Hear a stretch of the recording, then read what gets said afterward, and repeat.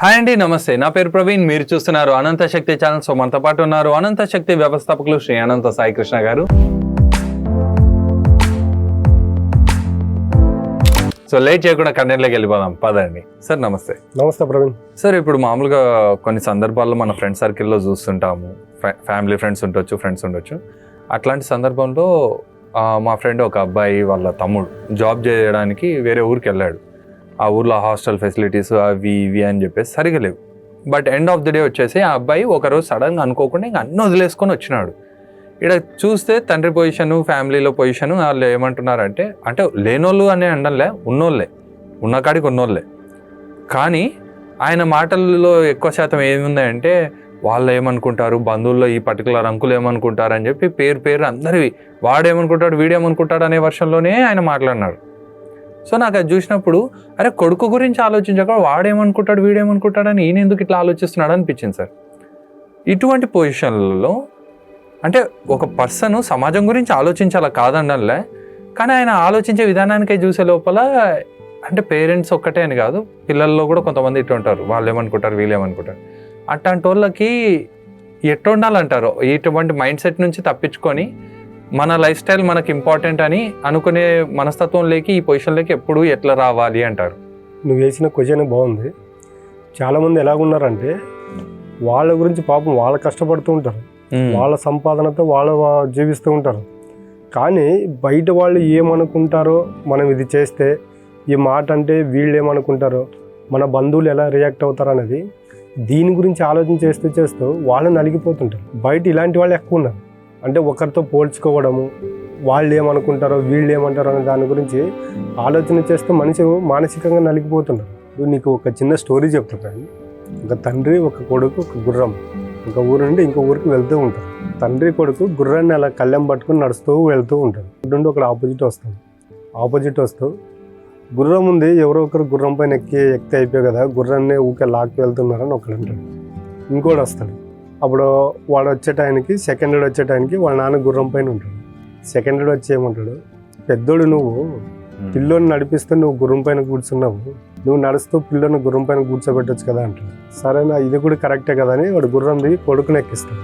ఇంకోటి వస్తాడు, ఇద్దరు నడుచుకుంటూ వస్తున్నారు, ఇద్దరు గుర్రం పైన ఎక్కొచ్చు కదా అంటాడు. సరే అని ఇద్దరు ఎక్కుతారు.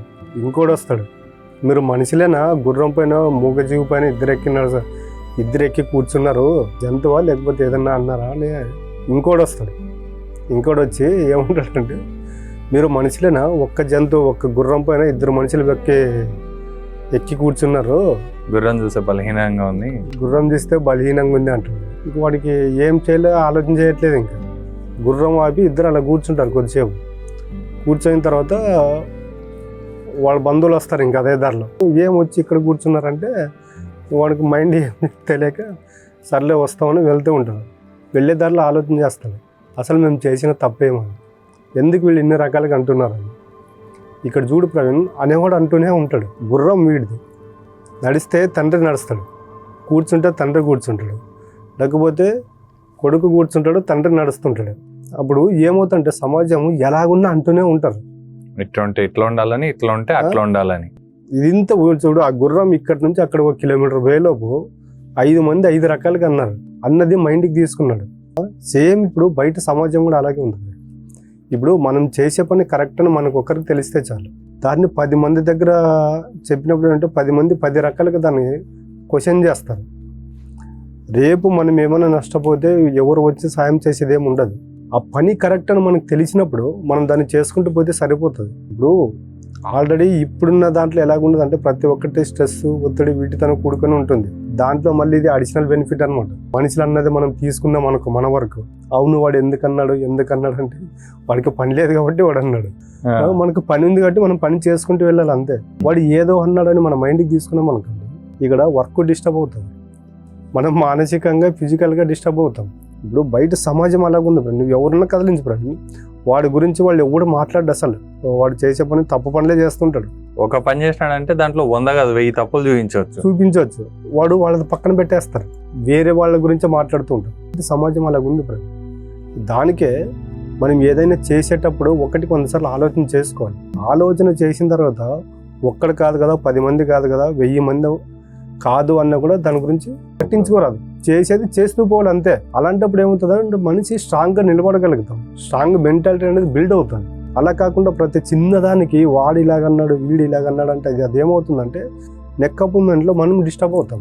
End of the day final గా సఫర్ అవ్వాల్సింది మనమే. అదే చూడండి, స్టార్టింగ్ అన్నవాళ్ళు పొరపాటున మనం సక్సెస్ అయ్యాం అనుకోండి, వాళ్ళే వచ్చి అంటారు ఆ రోజు నేను చెప్పాను నువ్వు సక్సెస్ అవుతావని, ఈరోజు జరిగింది కదా అంటారు. పర్సనల్ గా అది నేను కూడా ఫేస్ చేశాను. వీడు చెప్పేది కూడా కొంచెం నిజమే అని నువ్వు ఆ రోజు అక్కడ ఆగిపోయి ఉంటే ఈరోజు ఈ సక్సెస్ చూసేవాడు. బయట 100కి 90% ఇలాగే జరుగుతున్నాయి బయట. ఎందుకంటే ఫస్ట్ డిసప్పాయింట్మెంట్ చేసేవాళ్ళు ఎక్కువ ఉన్నారు. వేరే వాళ్ళని బేస్ చేసుకుని ఆగిపోయే వాళ్ళు కూడా చాలా మంది ఉన్నారు. స్టార్టింగ్ అన్నోడు వాడే, నువ్వు సక్సెస్ అయిన తర్వాత నువ్వు పొగిడినోడు వాడే, ఫెయిల్ అయితే మరి అనేవాడు వాడే. అసలు నీ లైఫ్లో ఇలాంటి వాళ్ళు మనకు అవసరమా? ఇక్కడ వ్యాపారం చేసినా నష్టం వచ్చినా లాభం నష్టమో దాన్ని ఎదుర్కొనేది మనము. అలాంటప్పుడు మనం స్ట్రాంగ్గా ఉండాలి, కానీ మనం ఓన్ డిసిషన్ తీసుకోవాలి. కానీ సక్సెస్ ఫెయిల్యూర్ అనేది మనకు సంబంధించింది. కానీ వేరే వాళ్ళు ఏదో అన్నారు చేస్తున్నారు అని మనం బాధపడుకుంటూ కూర్చుంటే మాత్రం ఏది చేయలేము. కాబట్టి బయట సమాజం గురించి అసలు ఆలోచన చేయొద్దంటే ఏదున్నా ఇంట్లో వాళ్ళతో డిస్కషన్ చేయండి. ఎందుకంటే మనకు లాభం వచ్చినా నష్టం వచ్చినా మనకు సపోర్ట్గా ఉండేది మన ఫ్యామిలీ మెంబర్స్. అంతేగాని మనం ఏదైనా చేయాలనుకున్నప్పుడు ఇంట్లో వాళ్ళతో డిస్కషన్ చేయాలి. ఇంట్లో వాళ్ళు ఏదైనా చెప్తే దాన్ని రిసీవ్ చేసుకోవాలి. కానీ బయట సమాజం గురించి మాత్రము పట్టించుకోవాల్సిన అవసరం లేదు, వాళ్ళతో డిస్కషన్ చేయాల్సిన అవసరం కూడా లేదు. ఒకవేళ మీకు ఫీల్ కలిగింది అనుకోండి, ఆ సమయానికి అది విని వదిలేసేయండి. దాన్ని అలాగే ట్రావెల్ చేశారనుకోండి, దాని యొక్క ఇంపాక్ట్ మనం చేసే వ్యవహారాలపైన పడుతుంది. కాబట్టి ఇలాంటి మెంటాలిటీతో ఎవరు ఉండకండి. అసలు ఇలాంటి మెంటాలిటీతో ఉంటే మాత్రము వ్యక్తి ఎప్పుడు సక్సెస్ కాలేడు.